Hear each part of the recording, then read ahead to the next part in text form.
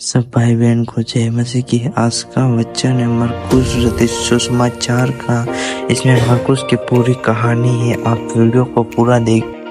मरकुस रचित सुसमाचार यीशु के जीवन के प्रथम वृत्तांतों में से एक है और हमारी प्रारंभिक ऐतिहासिक मान्यता इस पुस्तक को मरकुस या यूहन्ना मरकुस नामक एक मसीही लेखक से जोड़ती है। वो पौलुस का सहकर्मी था और पतरस का नजदीकी सहयोगी। दरअसल पिपियास नाम का एक पुराना चर्च का इतिहासकार था। वो अपनी यादों को ताज़ा करते हुए कहता है कि मरकुस ने पतरस की आंखों देखी बातों और यादों को इकट्ठा किया है और उन्हें इस वृत्तांत में लिख लिया। लेकिन मरकुस ने सब बातों को यूं ही एक साथ नहीं रखा। उसने यीशु के इस वृत्तांत को बड़ी सावधानी से रचा। मरकुस की पुस्तक की पहली पंक्ति में वो यीशु के बारे में ये दावा करता है, ये परमेश्वर के पुत्र यीशु मसीह के सुसमाचार का आरंभ है। अब दिलचस्प बात ये है कि केवल इसी समय मरकुस आपको बताता है कि वो क्या सोचता है और बाकी की पुस्तक में वो आपके सामने यीशु के कार्य और उसकी बातों को रखकर आप पर प्रभाव डालता है और ये भी दिखाता है कि किस प्रकार उसके प्रति लोगों ने अपनी प्रतिक्रिया दिखाई।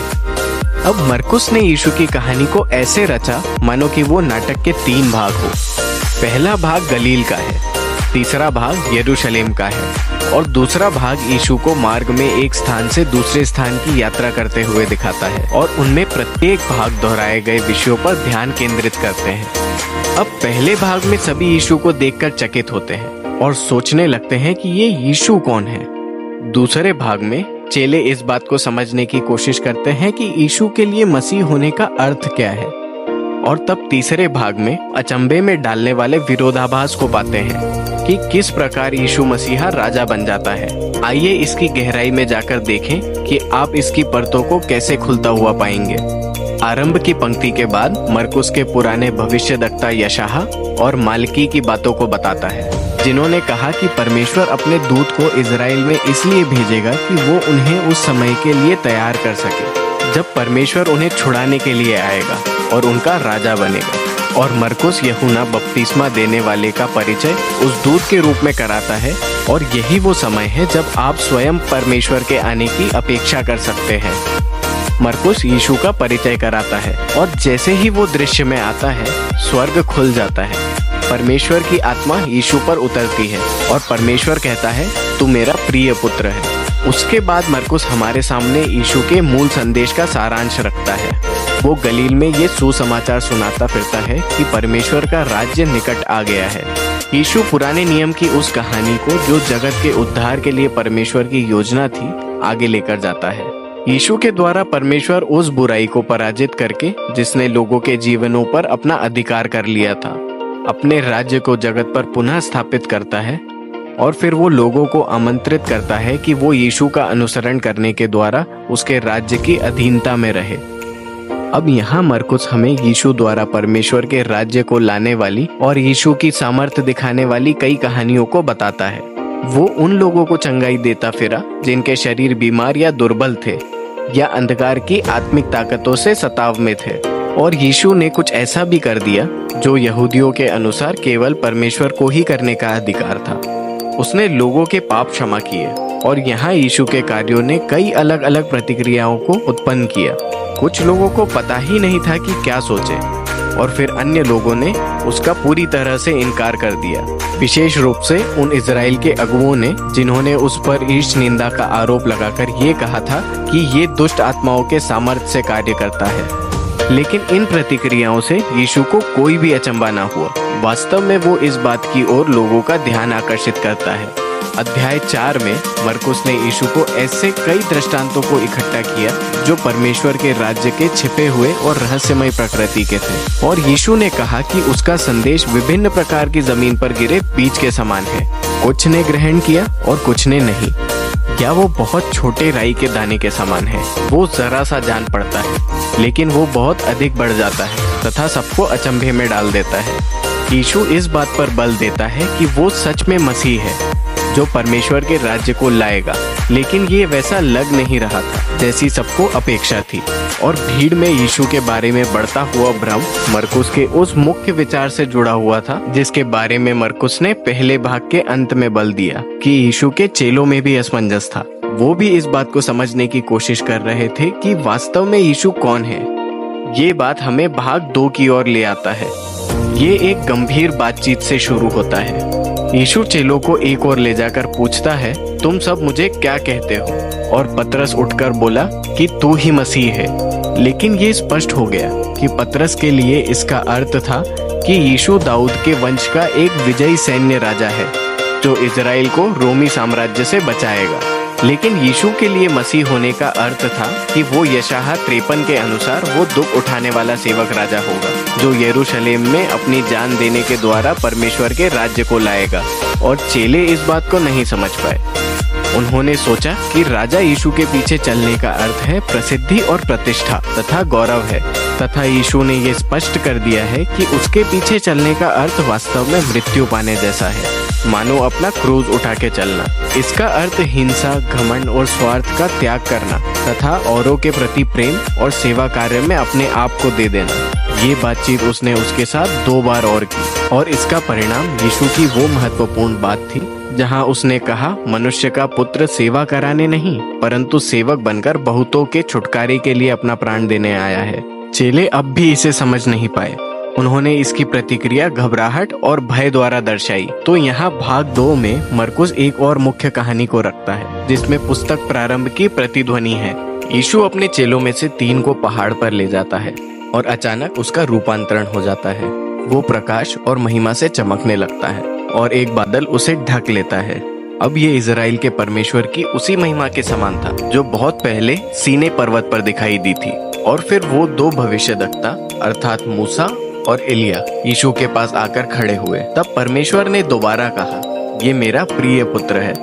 अब भाग 2 की इन सारी बातचीत के बीच इस कहानी को रखने के द्वारा मरकुस एक चकित करने वाला दावा करता है कि यीशु परमेश्वर का पुत्र है। परमेश्वर अपनी ही महिमा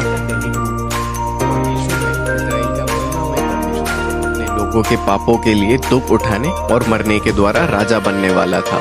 ये हैरान करने वाला दावा है। जब चेले पर्वत से आ रहे थे तो इस बात ने उन्हें असमंजस में डाल दिया और वो डर गए।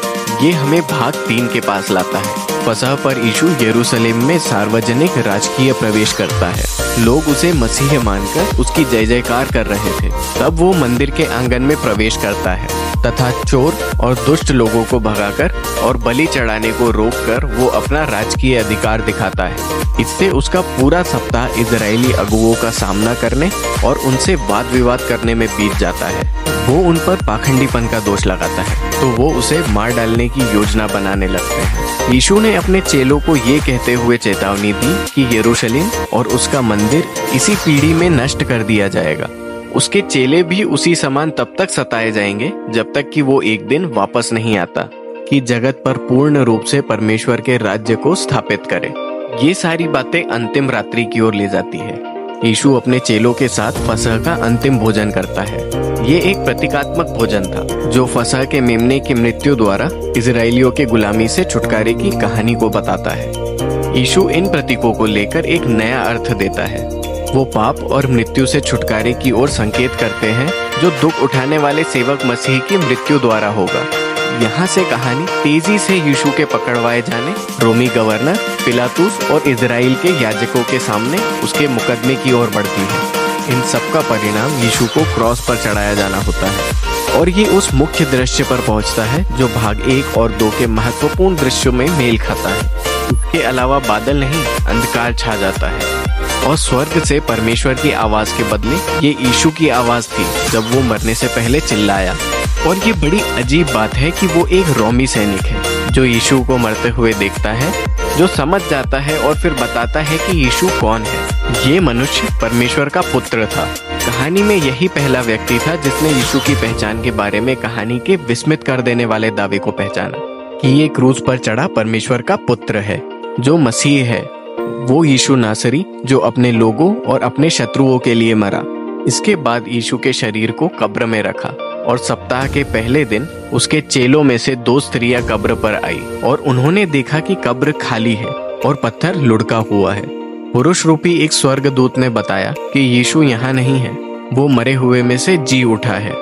फिर उसने कहा कि जाकर ये सुसमाचार अन्य चेलों को भी बताओ कि यीशु जी उठा है और वो उनसे गलील में मुलाकात करेगा। स्त्रियां घबरा गई। मरकुस कहता है कि वो डर के मारे कब्र से भागी, किसी से कुछ ना कहा क्योंकि वो डरी हुई थी। और इस प्रकार ये पुस्तक समाप्त होती है। यीशु के चेले भी इसी प्रकार के डर और असमंजस में पड़े थे जो भाग 2 और 1 में लिखा है। अब यदि आप बाइबल देखें तो आप पाएंगे कि मरकुस रचित सुसमाचार के अंत में और भी कुछ है जहां यीशु प्रकट होता है और अपने चेलों से बात करता है। लेकिन यहाँ पर अंत में एक टिप्पणी भी है जो बताती है कि ये समापन मूल पुस्तक का भाग नहीं है, ये केवल बाद ही की कुछ कम विश्वसनीय हस्तलिपियों में पाया जाता है। संभव है कि वास्तविक अंतिम भाग खो गया हो, या ये कि मरकुस ने सच में अपनी बातों को लिखना समाप्त नहीं किया हो। लेकिन अधिक संभावना ये है कि अपनी बात पर बल डालने के लिए जानबूझकर इसे अचानक समाप्त कर दिया हो। पूरी कहानी अचंभे में डालने वाले उस दावे पर केंद्रित है जिसने यीशु के चेलों को शुरू से अंत तक असमंजस में रखा। ये दुख उठाने वाला, क्रूस पर चढ़ाया हुआ और जी उठा यीशु है जो परमेश्वर का पुत्र मसीह है। और जबकि यीशु संसार के पापों के लिए मरा, परमेश्वर का प्रेम और अलगता राज्य प्रकट हुआ और ये कहानी बिना समापन के ही समाप्त हो जाती है। और ये आपको जो पाठक है विवश करती है कि वो यीशु के बारे में इस अजीब और सनसनीखेज दावे पर विचार करे। और क्या आप भी चेलों के समान भाग जाएंगे? क्या आप यीशु को अपने राजा के रूप में मानकर उसके सुसमाचार को बताएंगे? और केवल आप ही इस प्रश्न का उत्तर दे सकते हैं। मरकुस रचित सुसमाचार में बस इतना ही।